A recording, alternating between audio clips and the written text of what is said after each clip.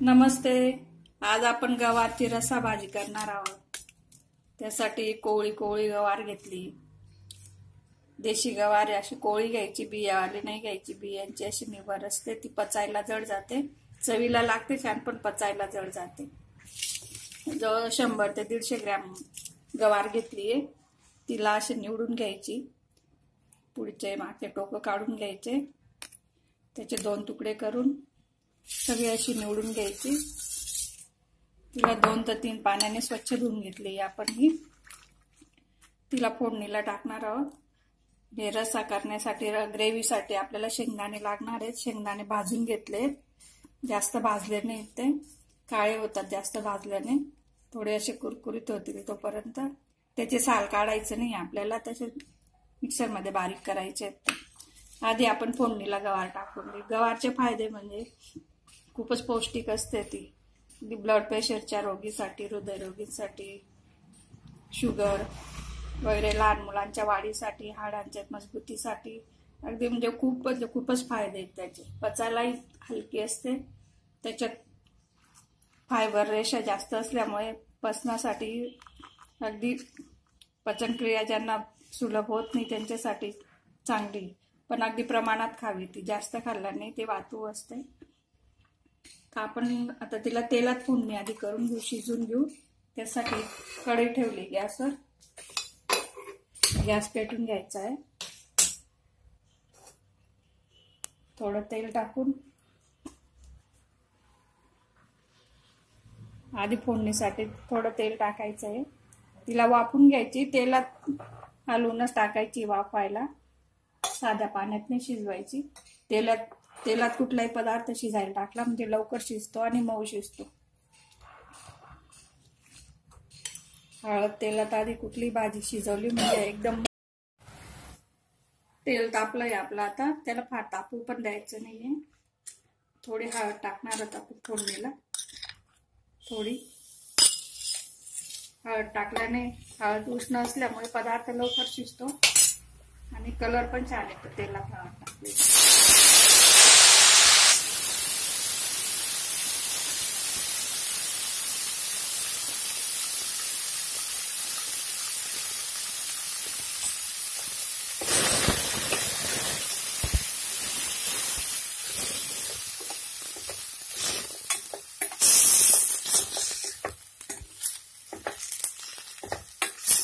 पूर्ण त्याच्यात तेलाचं कोटिंग झालं आहे तोपर्यंत आपण त्याला फिरवत राहायचे. सगळीकडून तेल लागलं म्हणजे गवार लवकर शिजते. पाण्यात शिजवली तर एवढी चवदार नाही लागत, पण तेलात शिजवायची तिला. नंतर फोडणीतही थोडं तेल टाकायचं. गवारमध्ये विटॅमिन ए, विटॅमिन सी, भरपूर फायबर, भरपूर जीवनसत्व. मधून मधून खात राहायची तिला.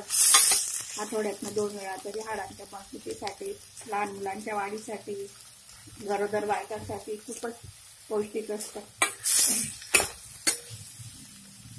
12ही महिने मिळणारी भाजी.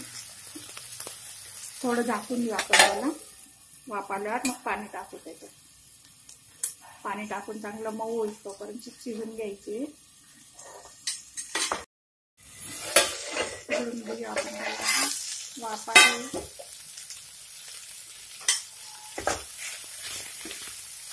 त्यात पाणी टाकायचे शिजण्यासाठी. 1 ग्लास पाणी टाकून द्यायचं त्याच्यात. मोकळं शिजलं म्हणजे उकळलं म्हणजे त्याच्यात मऊ शिजलं. एक 15 ते 20 मिनिटं मंद आचेवर शिजू द्यायचे त्याला. आपण 1 वाटी शेंगदाणे भाजून घेतलेत. जास्त भाजले नाही, त्याची साल काढली नाही आपण. साल पण त्याच्यात विटॅमिन नसतं, त्याच्यामुळे साल असू द्यावी त्याच्यात. भाजलेलं शेंगदाणे, थोडं जिरं,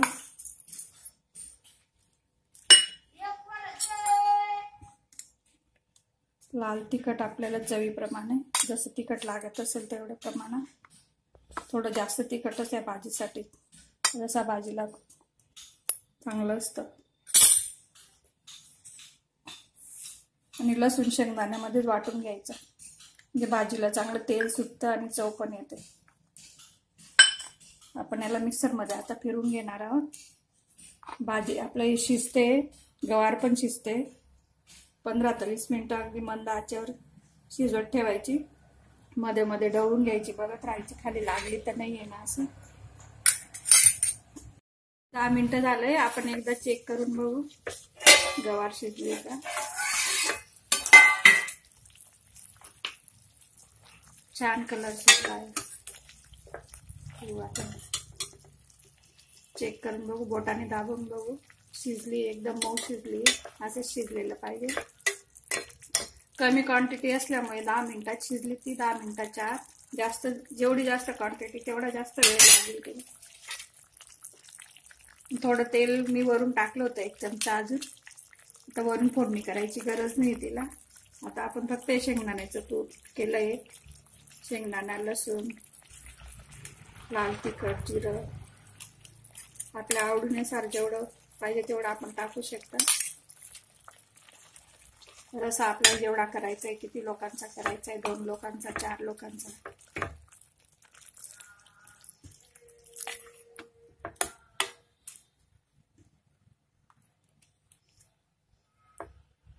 पाणी थोडं जास्त शिजू द्यायचं. तिला हळूहळू मंद आचेवर शिजू द्यायची, छोट्या गॅसवर. त्याच्यातलं शेंगदाण्याचं सगळं त्याच्यात अर्क तेल निघेल अजून शेंगदाण्यामधलं.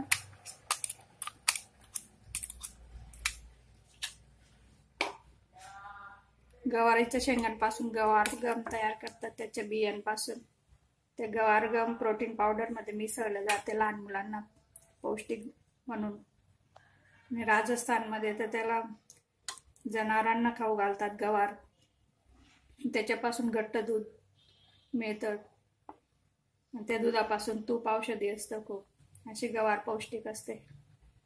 सगळीकडे खाल्ली जाते गवार. आपण मीठ टाकणार आहोत त्याच्यात. हातानेच टाकायचंय मीठ, जसं चवीनुसार.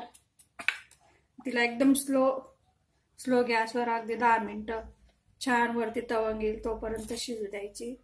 आणि पाणी कमी होईल तिचं. आता पाणी जास्त टाकले होते शेंगदाणे शिजण्यासाठी.